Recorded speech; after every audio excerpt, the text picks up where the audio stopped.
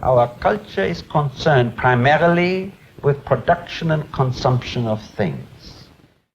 And in this process of being primarily concerned with things, their ever-increasing production, their ever-increasing consumption, we ourselves transform ourselves into things without knowing it. We lose our individuality in spite of the fact that we talk a lot about it. We follow leaders who don't lead.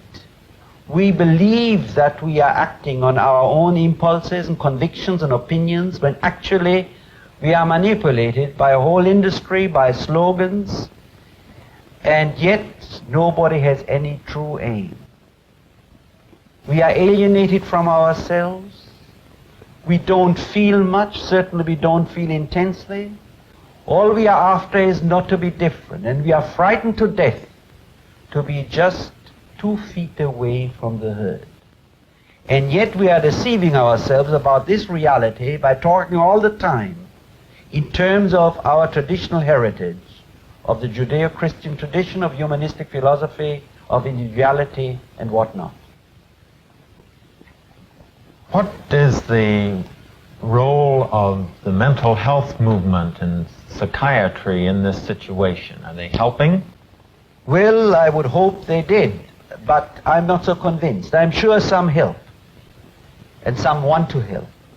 But I'm afraid there is a great danger also in the mental health movement today as there is in psychiatry, psychoanalysis, and psychology.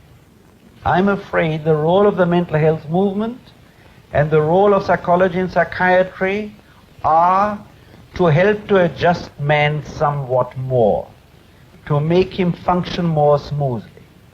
You might say psychology and mental health today is in danger, and psychologists are in danger to become the priests of industrial system.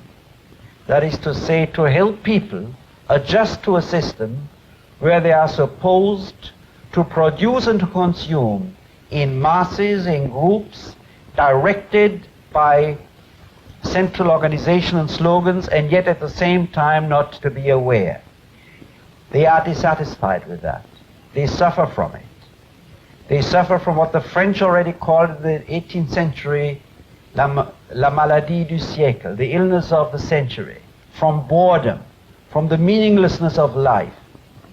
Now, there is a danger in that they might get sick, that they might have manifest symptoms, that they might protest, that they might want to make life more meaningful. And then many psychologists come and say, you shouldn't be dissatisfied. If you are dissatisfied, that means you're neurotic. And we'll adjust you so that you accept a meaningless life without rebelling against it, without symptoms, and you will have a nice funeral anyway.